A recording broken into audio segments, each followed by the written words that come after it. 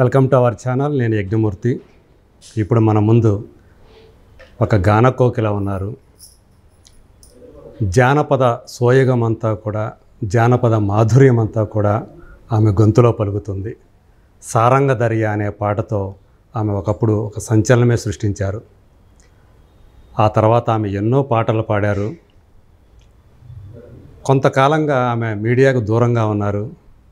So ఎందుకని ఆమె ఇప్పుడు అసలు ఏం చేస్తున్నారు? ఈ మధ్య కాలంలో ఆమె పాడిన పాటలు కూడా చాలా బాగా పాపులర్ అయ్యాయి.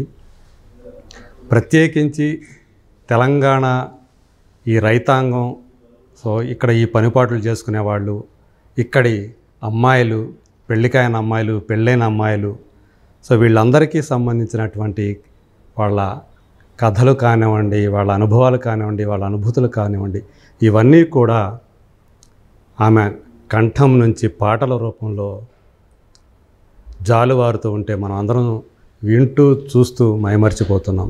సో అలాంటి ఆ దానేమంటారు, గాన ఖజానా అనాలి, కోమలి. సో ఇప్పుడు ఆమె మన ముందున్నారు. ఆమె పాటల ప్రయాణంలోని కొన్ని ముఖ్యమైన ఘట్టాలతో పాటు ఆమె పాటల వెనుక ఉన్నటువంటి కథలను కూడా తెలుసుకుందాం. నమస్కారం కోమలి గారు. చాలా సంతోషం అమ్మ. సో ఇలా మిమ్మల్ని కలుసుకోవటం, ఇలా మీతో మాట్లాడే అవకాశం మాకు రావటం నేను చాలా ఆనందపడుతున్నాను ఇలా మిమ్మల్ని కలుసుకున్నందుకు. నాకు కూడా చాలా సంతోషంగా ఉంది సార్ మిమ్మల్ని కలవడం. మీరు ఎంతోమందిని ఇంటర్వ్యూ చేశారు, ఇంత పెద్దవారితో నేను మాట్లాడడం నాకు కూడా చాలా సంతోషంగా ఉంది సార్. అమ్మా, సో మీ చివరిగా ఈ మధ్యకాలంలో వచ్చినటువంటి పాట కలవారింట, అదేంటే కలిగినోరింట నన్నిచ్చినావా అనే పాట ఏదైతే ఉందో అది, అంటే ఒక అమ్మాయి, ఒక పెళ్ళైన అమ్మాయి తన అత్తవారింట్లో కష్టం వచ్చినప్పుడు తల్లి మాత్రమే తోడు ఉంటుంది సార్ బిడ్డకి. ఎక్కడైనా బిడ్డకి కష్టం వస్తే తల్లి మాత్రమే తోడు ఉంటుంది. ఆ తల్లి కూడా మనకు వెళ్తుంది, మన దగ్గర నుంచి అత్తవారింటికి వెళ్తుంది, ఎలా ఉంటుందో ఏమో అని చూడ్డానికి మనకు వచ్చినప్పుడు మన కష్టాన్ని చూసి తల్లి మనల్ని అడుగుతుంది, ఈ కష్టం ఎట్లా భరిస్తున్నావు, ఎందుకు నీకు ఇన్ని బాధలు, నేనున్నా కదా అని చెప్తే అప్పుడు బిడ్డ ఏమంటుంది, ఎంత నువ్వున్నా నువ్వు కూడా ఒకప్పుడు ఒక ఇంటి కోడలువే కదా అమ్మ, అన్నీ తెలిసి నువ్వు నన్ను ఎందుకు ఇచ్చినావు, నువ్వు ఎట్లుంటున్నావు అని నన్ను అడుగుతున్నావు, కానీ అన్నీ తెలిసి మరి నువ్వెందుకు ఇచ్చినావు అమ్మ అంటే, తెలియక నేను ఇచ్చిన అంటది. కానీ నువ్వు ఇచ్చిన దానికి నీ గౌరవం నిలబెట్టడానికి నేను అత్తగారింట్లో ఉండక తప్పలేదు. ఎంత కష్టమైనా సరే, మెట్టినింట్లో ఎంత కష్టపడ్డా సరే, పచ్చడి మెతుకులు వేసుకొని తిన్నా, కారం వేసుకొని తిన్నా, కట్టుకున్న దగ్గరే సుఖం ఉంటుందని నేను ఆ కష్టాన్ని అనుభవిస్తున్న అమ్మ అని దాన్ని ఉద్దేశించి ఒక చిన్న పాట రాయడం జరిగింది సార్. అదే అంటే మీ స్వీయ అనుభవం, మీ సొంత అనుభవం? సొంత అనుభవం, నా సొంత జీవితం. అలా అంటే మా అమ్మ వాళ్ళది మహబూబాబాద్ జిల్లా కేసముద్రం మండల్ ఇంటికన్నె గ్రామం సార్. ఇంటికన్నె గ్రామం. అక్కడ ఒక చిన్న గ్రామం అని చెప్పాలి, చిన్న విలేజ్, చిన్న పల్లెటూరు. అక్కడ నుండి నన్ను హన్మకొండ జిల్లా ధర్మసాగర్ మండల్ జానకిపురం గ్రామంకి ఇచ్చిండ్రు అనమాట. చాలా దూరం, ఇంటికన్నె నుంచి జానకిపురం దాకా వచ్చారు. జానకిపురం వరకు ప్రయాణం అనమాట. అందులో అక్కడ ఒక వ్యవసాయ కుటుంబానికి ఇవ్వడం జరిగింది నన్ను, ఒక మంచి రైతుకు, పెద్ద రైతు కుటుంబంలో నేను ఒక కోడలిగా వెళ్ళాను. అక్కడ నేను పడ్డ కష్టాలను గుర్తు చేసుకొని, కన్న తల్లిని తలుసుకొని, అసలు ఈ ప్రయాణం ఎట్లుంటుంది, అసలు ఈ జీవితం ఏంది, నాకు చిన్నప్పటి నుండి పాటలు అంటే ఇష్టం కదా అని పాటలు అనేది ఎప్పుడు ఆపలేదు సార్. నేను పెళ్ళైనా చిన్నప్పుడైనా నాకు పెళ్ళైపోయింది కదా, నాది వ్యవసాయ జీవితం కదా అని కూడా నేను ఎప్పుడు ఆపలే పాటల్ని. పాట అనేది మీతో పాటు అట్లా అనుభూతి, నాకు తోడు, నాకు ధైర్యం. నా పాటలు ఏవైతే ఉండేవో, అంటే మీరు సారంగ దర్యా పాట వచ్చినప్పుడు మీరు చెప్పారు, అంటే నేను ఏదైతే అది మా అమ్మమ్మ దగ్గర నుంచి విన్న పాటని నేను రాసుకున్నాను తర్వాత అని చెప్పేసి. సో మీరు ఏవైతే పాటలు పాడారో అవన్నీ కూడా మీ రచనలే అంటే కాదు సార్, ఊర్లో పెద్దవాళ్ళు పాడతారు బాగా. అప్పుడు నేను చిన్నప్పుడు ఒక టీ న్యూస్లో రేలా రే రేలా అనే ఒక ప్రోగ్రాం జరిగింది. అవును. ఆ ప్రోగ్రాంకి వెళ్ళినప్పుడు నేను చాలా పాటలు సేకరించడం జరిగింది, ఒక 100లకు పైగా. సో అంటే అందులో పార్టిసిపేట్ చేయాలి కాబట్టి, పాల్గొవాలి కాబట్టి అట్లా సేకరించడం జరిగింది. అప్పుడు ఆ పాటలన్నీ నా మైండ్లోనే ఉండిపోయినాయి సార్. అప్పుడు ఇంకా ఫోను లేదు, ఏది లేదు. అంటే రేలా ద్వారా కోమలి అనే ఒక గాయని ప్రపంచానికి పరిచయం అయ్యారు, అంతే కదా? అవును సార్. అప్పుడు ఆ పాటలు సేకరించుకొని అందులో ద బెస్ట్ సాంగ్ ఎంచుకొని రాసుకోవడం జరుగుతుంది. అంటే వాళ్ళు పాడిన స్లోగా, వాళ్ళ డబల్ మీనింగ్గా, అంటే అర్థం కావు కొంతమందికి. కొంతమంది మీరు అన్నట్టు కొన్ని చూస్తే ఇందులో కొంచెం డబల్ మీనింగ్ అనిపిస్తుంది, కొంచెం బూత్ అనిపిస్తుంది అని కూడా. బూత్ అని కాదు కానీ కొంచెం అర్థం వేరే ఉంటుంది సార్, అది తెలియదు వాళ్ళకి. అన్నప్పుడు దాన్ని తెలిసే విధంగా ఆ అర్థం తెలియని వాక్యాన్ని కూడా ఉంచుతా. ఎందుకంటే ఏదైనా బాగున్నది అనుకో, దాన్ని ఉంచేసి ఇంకా అందరికీ తెలిసే విధంగా రాసుకుంటాను సార్ నేను. ట్యూన్ కూడా చేంజ్ చేస్తాను కొంత, ఎందుకంటే వాళ్ళు స్లోగా పాడతారు. ఇప్పుడు కలిగినోరింటికి నన్ను ఇచ్చినావన్న పాట మా అమ్మ ఎట్లా పాడిందంటే, ఒట్టి శాపాలుండి ఒట్టి మీదేసి అమ్మ నీ అల్లున్ని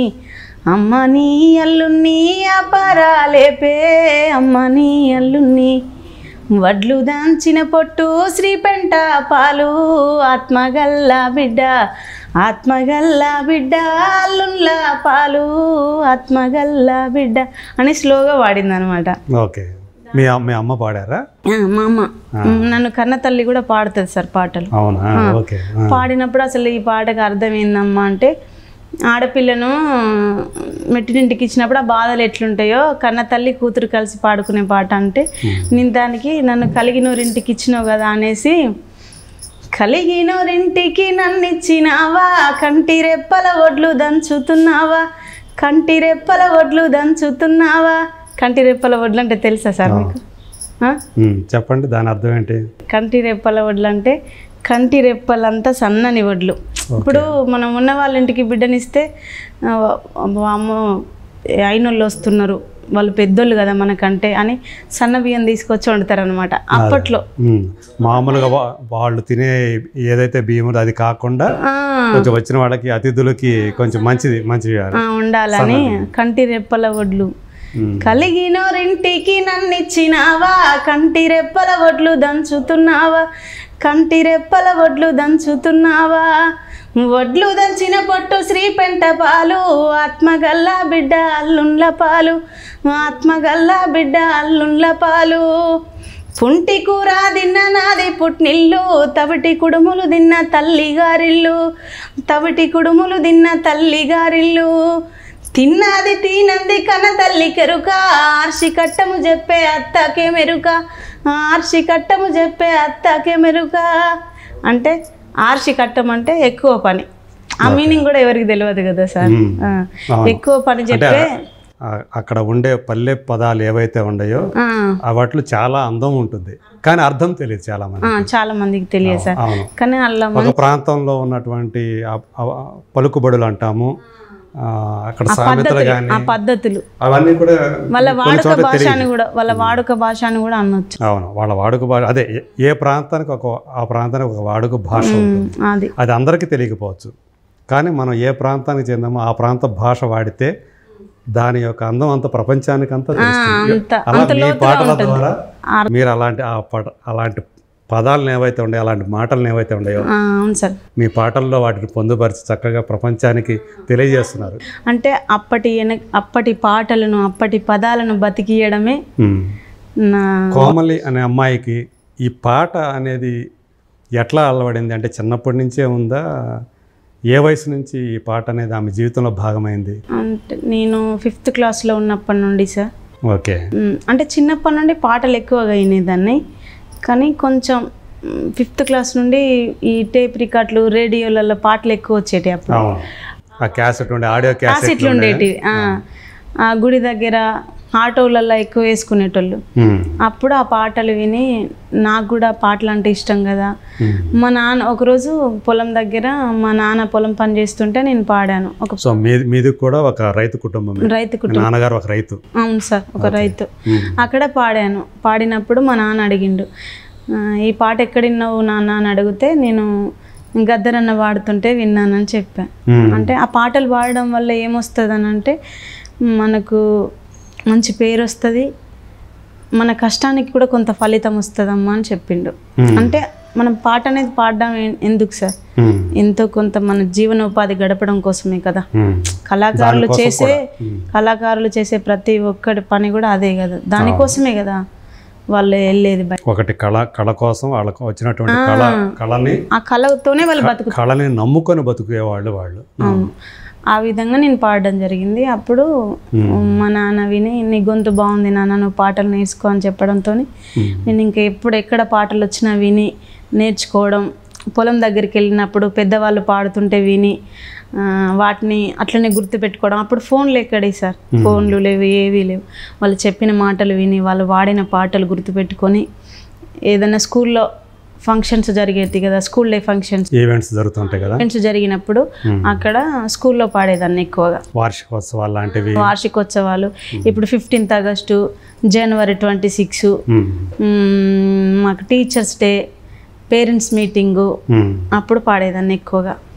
దాంతో మా గురువు నన్ను గుర్తించి జిల్లా స్థాయికి, రాష్ట్ర స్థాయికి, మండల స్థాయికి తీసుకెళ్ళడం జరిగింది. పాటల పోటీలు ఎక్కడుంటే అక్కడ, మండల స్థాయిలో కూడా ఇప్పుడు గ్రంథాలయంలో ఎక్కడ పోటీ ఉన్నా వెళ్ళేది సార్ నేను.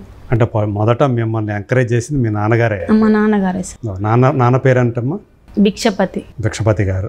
సో భిక్షపతి గారికి హ్యాట్స్ ఆఫ్ చెప్పాలి. మా నాన్న కూడా పాడతాడు సార్. అవునా? మా నాన్న కూడా, ఇంట్లో అందరూ కూడా పాటలు పాడారు. మా అమ్మ, మా నాన్న, మా తాతగారు కూడా కళాకారుడు. మా నాన్న కన్నా తండ్రి మంచి కళాకారుడు, బాగా పాడతాడు సార్. మా తాత నుండే మా వారసత్వం, మా తాతయ్య నుండే మాకు వారసత్వం. మా తాతయ్య లాగానే నేను పాడతానని. మా తాత ఎంతమంది, అంటే ఇంట్లో పిల్లలు ఎంతమంది మీరు? నేను ఒక్కదాన్ని, అమ్మాయిని, ఒక అబ్బాయి, ఒక తమ్ముడు, నేను సార్. అంతే? మీ ఇద్దరేనా? మేమిద్దరం. ఓకే.